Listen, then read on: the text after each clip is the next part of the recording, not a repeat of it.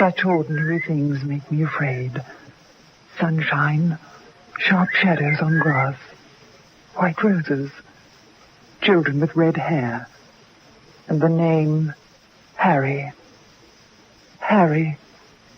Such an ordinary name. When the bow breaks, the cradle will fall. Down will come baby cradle. Beyond Midnight by Michael McCabe.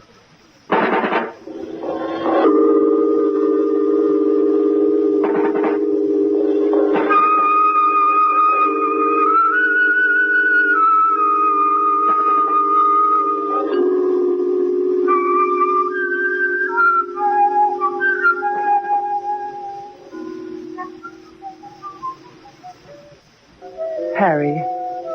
Such an ordinary name. Yet the first time Christine mentioned it, I felt a premonition of fear. She was 5 years old, due to start school in 3 months' time. It was a hot, beautiful day, and she was playing alone in the garden as she often did. I saw her lying on her stomach in the grass, picking daisies and making daisy chains with laborious pleasure. The sun burned on her pale red hair and made her skin look very white and lovely. Her big blue eyes were wide with concentration. Suddenly she looked towards the bush of white roses, which cast its shadow over the grass, and smiled. Yes, I'm Christine. She rose and walked slowly towards the bush, her plump little legs defenseless and endearing beneath a too short cotton skirt. She was growing fast. Yes, my mummy and daddy. Oh, but they are my mummy and daddy. Chris, what are you doing? Nothing. Well, come indoors now, darling. Goodbye, Miss Gilmore. Goodbye. Chris? Who are you talking to? Harry. And who's Harry? Harry. I couldn't get anything else out of her, so I just gave her some cake and milk and read to her until bedtime. As she listened, she stared out at the garden. Once she smiled and waved. It was a relief finally to tuck her up in bed and feel she was safe. Oh, she's not that large, is it? What do you mean, Jim? Well, it's not so rare for only children to have an imaginary companion. I had one myself called Oz. Used to talk to him all the time. Oh. Well, some kids talk to their dolls. Chris has never been very keen on dolls. She hasn't any brothers or sisters, so she talks to... what was it? Who did you say? Harry. Harry. Well, she hasn't any friends of her own age, so she mentioned someone. Harry. But Jim, why has she picked that particular name? You know how kids pick things up. I don't know what you're worrying about. Honestly, I don't. Well, I'm not worrying exactly. It's just that I feel extra responsible for her. More so than if I were her real mother. Sure, but Chris is all right. Chris is fine. She's a pretty, healthy, intelligent little girl. A credit to you. And to you. In fact, a thoroughly nice parent. Oh, yes, and so modest. Oh, it's silly of me, I know, but... I just get a bit worried sometimes. I feel better now. You always make me feel better about everything. I felt consoled until the next morning.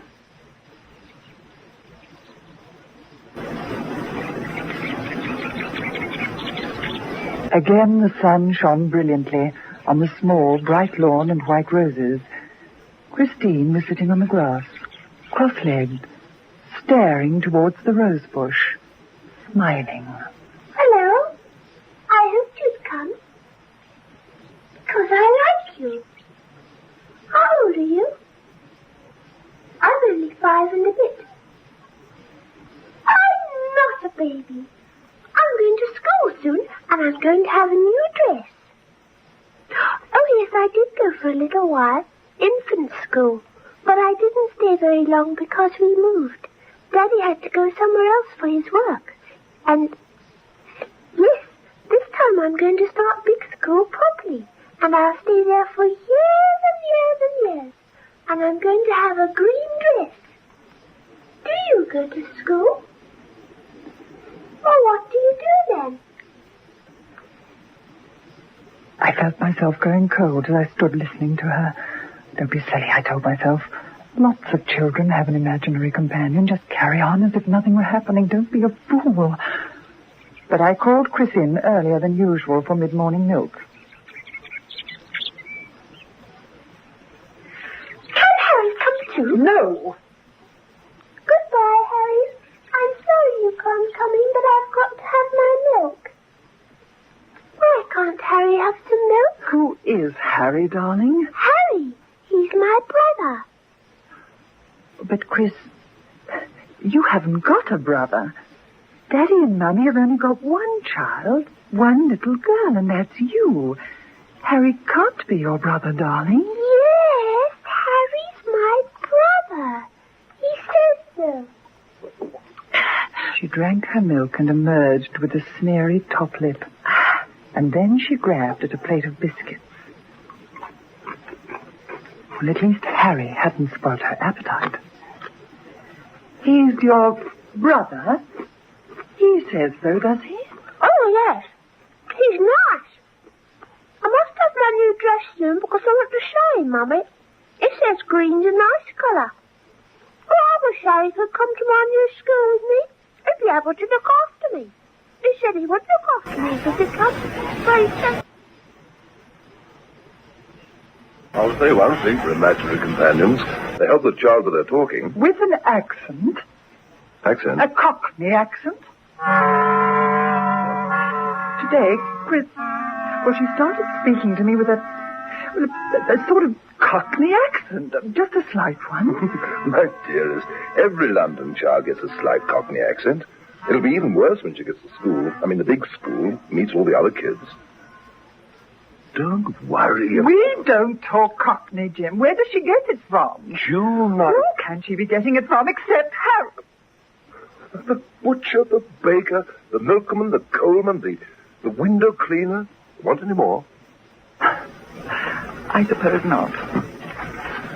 Oh, it's so silly, but I can't help it. It's just that, well, darling, everything was so nice, so happy till this Harry business.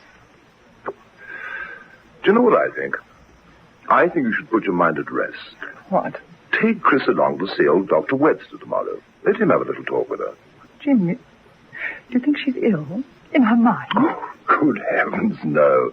It's just that you're obviously upset about it. You don't understand, and when we meet something we don't understand, it's as well to take professional advice, that's all. That's what doctors are for. That's what they take a couple of quid from my salary every week for. Go and see Webster. Yes, I will. Here, have a cigarette. Thank you.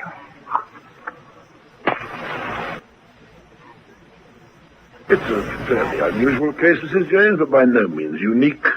I've had several cases of children's imaginary friends becoming so real to them that their parents get the jitters.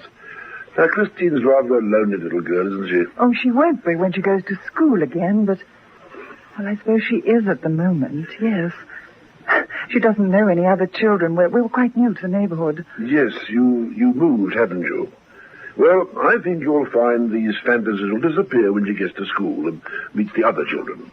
At the moment, this friend of hers is a compensation for real children. You see, every child needs company of her own age. If she doesn't get it, well, she invents it. Older people who are lonely, they talk to themselves, but that doesn't mean that they're crazy or anything. It's just that, well, they need somebody to talk to. Yes. The child is more practical. Seems silly to talk to oneself, says the child, so it invents another, a real person. No, I don't think you've got anything to worry about. Oh, that's what my husband says. I'm sure he does. Still, I'll have a chat with her as you brought her. Oh, yes. Leave us alone together, Yes? Christine, just come here a minute, will you, darling? Harry's waiting. Where, Chris? There. See, Mummy, down there by the rose bush. It's just like our rose bush, isn't it? Do you see him? There's no one there. Now, Dr. Webster wants to see you now. You remember him, don't you? He gave you sweets when you were getting better with chicken pox. Hello, Christine. My, you're growing. Shooting up. She went into Webster's surgery willingly enough. I waited restlessly. She was talking away to the doctor in a way she never talked to me. You see, I knew then that he would be full of reassurances when they came out. But I was afraid, awfully afraid. And the ridiculous thing was, I couldn't put my fear into words. Harry's waiting by the rose bush. See him? Nothing wrong with her, whatever. She's just an imaginative little monkey, that's all. A word of advice, Mrs. James. Let her talk about Harry. Let her become accustomed to confiding in you. I gather you've shown some disapproval of this brother of hers, so he doesn't talk much to you about him. Christine? He makes wooden toys, doesn't he, Chris? Yes, Harry makes wooden toys. And he can read and write, can't he? Yes, and swim, and paint, and climb trees. He can do everything. You see? Sounds quite a wonderful brother to me. He's even got red hair like you, hasn't he? Harry's got red hair. Redder than mine, too. And he's nearly as tall as Daddy, only thinner. He's as tall as you, Mummy. He's 14. Don't you worry, Mrs. James. You let her prattle. Thank you, Doctor. Goodbye, Chris. Give on up to Harry.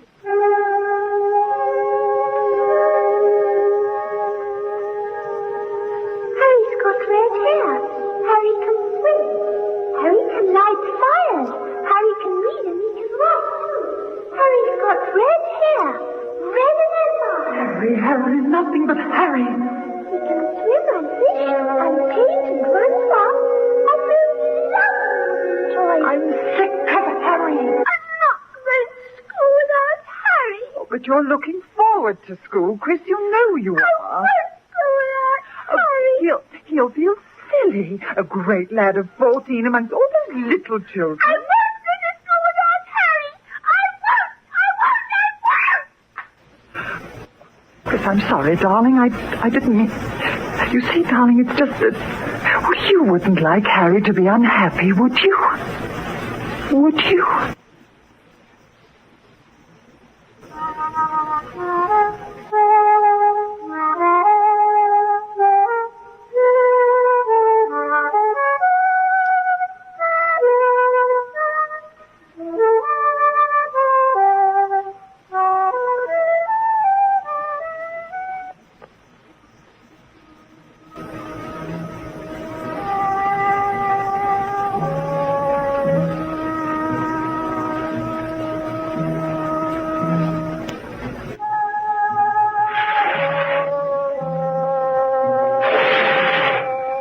It was still daylight, golden shadows and long strips of sunlight in the garden. Then, almost like a dream, the long, thin, clear-cut shadow of a boy near the white roses. Harry! I thought I saw a glimmer of red among the trees, among the roses, like close red curls on a boy's head. Then, there was nothing. The next day I started on my secret mission. I took a bus to town and went to the big, gaunt building I hadn't visited for over 5 years. Then Jim and I had gone together. The top floor of this building belonged to the Greythorn Adoption Society. Mrs. James, how nice to see you again. How's Christine? My goodness, it must be 4 years at least. Oh, it's more than 5, Miss Cleaver. Well, Chris is very well. Miss Cleaver, I'd better get straight to the point. I know you don't normally tell people about a child's origins, not even to the child's adopters, but I must know who Christine is. I'm sorry, Mrs. James, but I will... Please, let me tell you the whole story, and you'll see I'm not just suffering from vulgar curiosity. Yes, all right then. Please, won't you sit down? Thank you. Miss Cleaver... It's very queer indeed, Mrs. James. Look, I'm going to break our rule for once. I'm going to tell you in confidence where Christine came from. Thank you. She was born in a very poor part of London. There were 4 in the family: father, mother, son, and Christine herself. Son? Yes. The parents hadn't really wanted Christine. Family lived in one room at the top of a very old house, which should have been condemned by the sanitary inspector, in my opinion. It was difficult enough when there were only 3 of them. But with a baby as well, life became a nightmare. The mother was a neurotic creature, slatternly, unhappy, too fat. After she had the baby, she took no interest in it. Brother, however, adored the little thing right from the start. He constantly got into trouble for cutting school so that he could look after her. Christine. Yes? One morning in the small hours, a woman on the ground floor saw something fall past her window. She heard a thud on the ground outside. She went out to look and found the son of the family there, on the ground. Christine was in his arms. The boy's neck was broken. He was dead. The little girl was blue in the face, but still breathing faintly. The woman worked the household, sent for the police and the doctor, and they went to the top room. They had to break the door down because it was locked and sealed inside. The window was open, but there was no overpowering smell of gas. They found the husband and wife dead in bed. There was a note from the husband. It said, "I can't go on. I am going to kill them all. It's the only way." The police concluded that he'd sealed up the doors and windows, turned on the gas when his family were asleep, and lain down beside his wife until he drifted into unconsciousness and death. But the son must have woken up. Perhaps he struggled with the door, but couldn't open it. He'd been too weak to shout. All he could do was pluck away the seals from the window, open it, and fling himself out, holding his adored little sister tightly in his arms. So her brother saved her life and died himself? Yes. He was a very brave little boy. Perhaps he thought not so much of saving her as keeping her with him. Oh, dear, that sounds ungenerous. I didn't mean to be, Miss Cleaver. What was his name, the brother? Oh, I'll have to look that up for you. I'm glad Christine is well, though. I'd be most grateful if you'd count this information as secret between you and me, Mrs. James. As I said, we've never before... the family's name was Jones. The 14-year-old brother was Harold.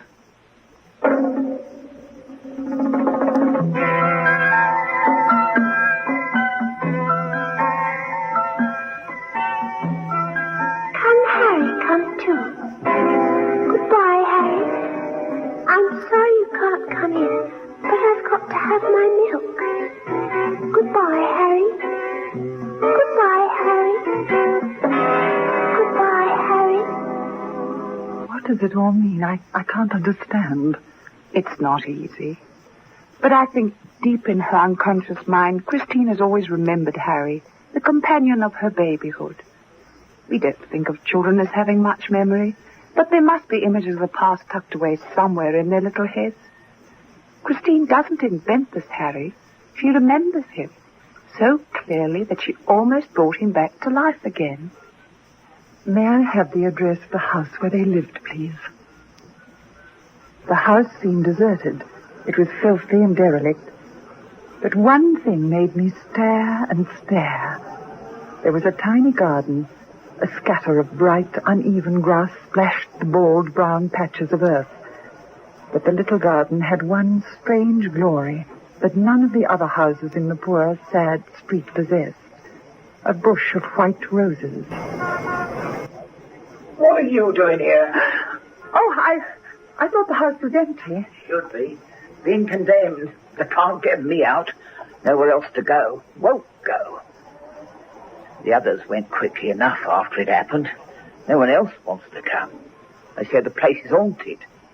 So it is, but what's the fuss about? Life and death, they're very close. You get to know that when you're old. Alive or dead, what's the difference? Yes. I saw him fall past the window. What? That's where he fell, among the roses. Oh, he still comes back. I see him. He won't go away till he gets her. Who are you talking about? Harry Jones. Oh, nice boy he was, red hair, very thin. Too determined, though, always got his own way. Loved the little girl too much, I thought. Died among the roses. Used to sit down there with her for hours. Then he died there. Or do people die? Nobody's got any answers. No one nowhere. For you, the dead who ain't dead and the living who aren't alive. Yes, I'll go now. Goodbye. Dead who aren't dead and the living who aren't alive.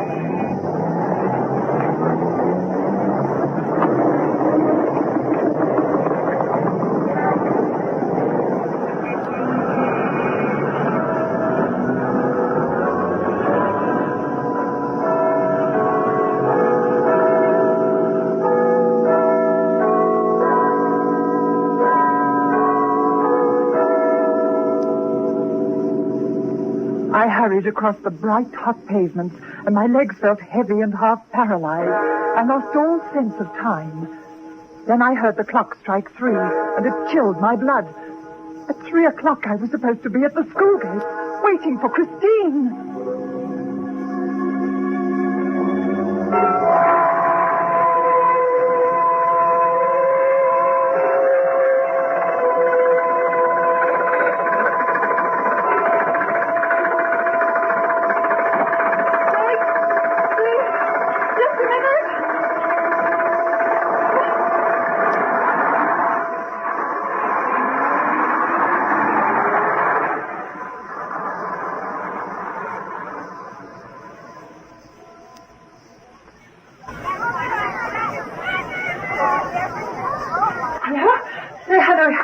Excuse me, I've come for Christine, James. I'm her mother. I'm so sorry I'm late. Where is she? Christine James?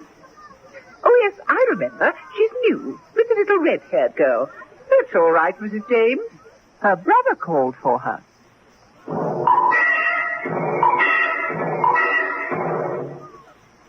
How alike they are, aren't they? And so devoted.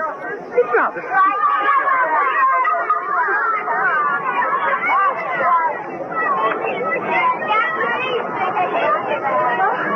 Christine! Where are you?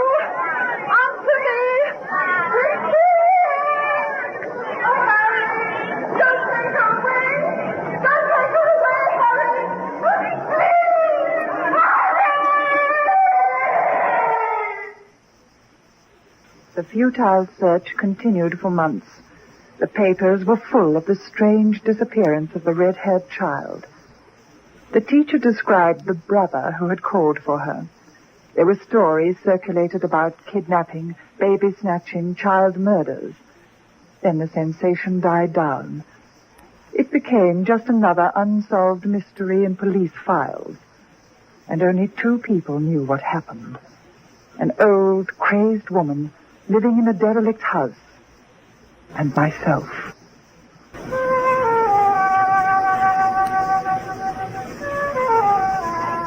Such ordinary things make me afraid.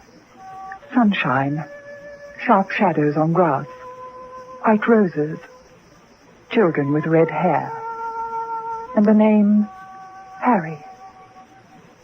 Such an ordinary name.